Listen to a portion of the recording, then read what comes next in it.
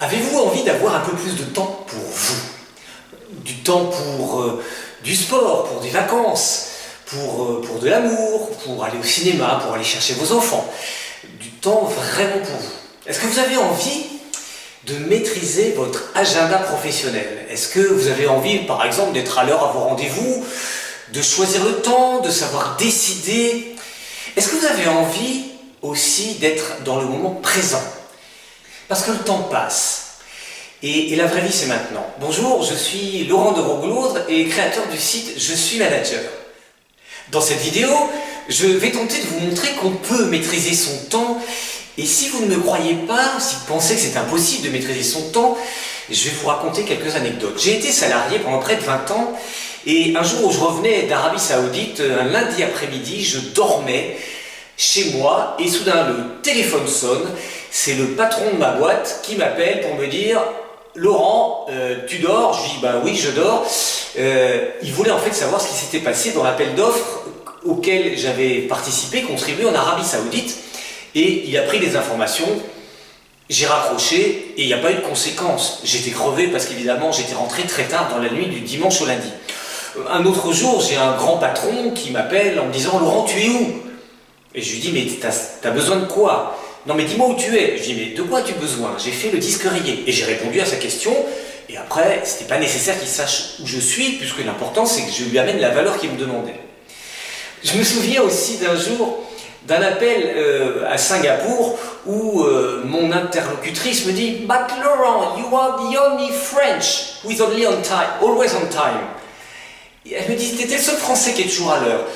C'est pas magique, comment c'est possible? Est-ce que c'est possible de maîtriser son temps quand on est salarié ?» J'y reviens dans un instant.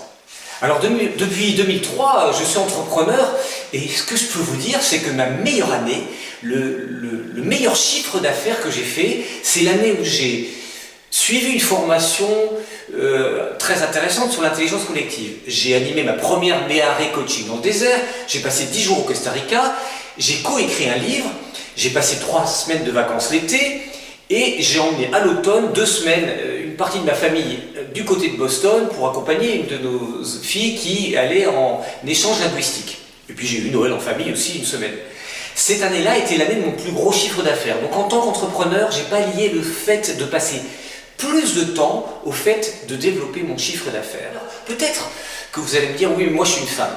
Et quand on est une femme, qu'on a toutes ses responsabilités, parce qu'on est souvent au travail et aussi avec de fortes responsabilités à la maison, en fait on n'a jamais le temps pour soi.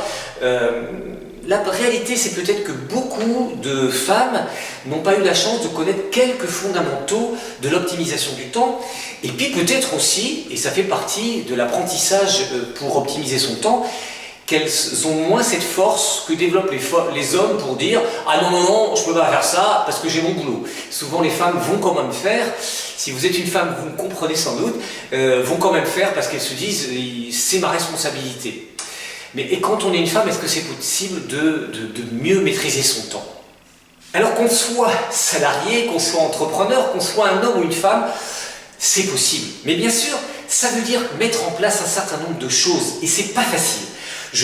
Moi, à titre personnel, j'ai été coaché sur l'optimisation du temps au début des années 90 et plusieurs fois j'ai abandonné les bonnes pratiques sur lesquelles mon coach m'encourageait à changer parce que c'est pas une transformation en un claquement de doigts. Il y a beaucoup de choses à changer, beaucoup de choses à mettre en place dans son attitude.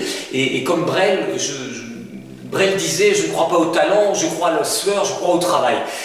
C'est un travail de réussir à mieux optimiser son temps. Mais c'est possible. Alors comment faire? Évidemment, il y a des histoires d'attitude. Mettre en premier les actions au rendement. Qu'est-ce que c'est qu'une action au rendement? Décider de mettre tout dans son agenda, ses activités personnelles et professionnelles, et trouver un bon équilibre dans ce qu'on met dans son agenda. Apprendre à dire un non positif.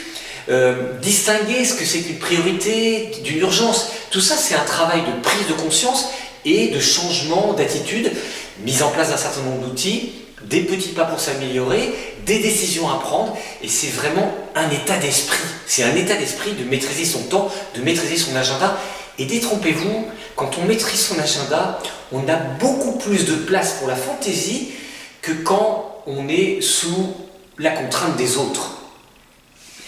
Alors, un jour de colère où j'avais fait une bêtise parce que j'étais allé voir un client qui n'était pas là, donc j'avais moi-même commis une erreur dans l'optimisation de mon temps, et bien je suis revenu à mon bureau et puis j'ai tourné plusieurs vidéos sur des fondamentaux de l'optimisation du temps. Il y a quelques vidéos sur l'optimisation du temps, sur les activités au rendement, sur les priorités, les urgences, et ça va, je pense, vous mettre sur le chemin déjà de la transformation.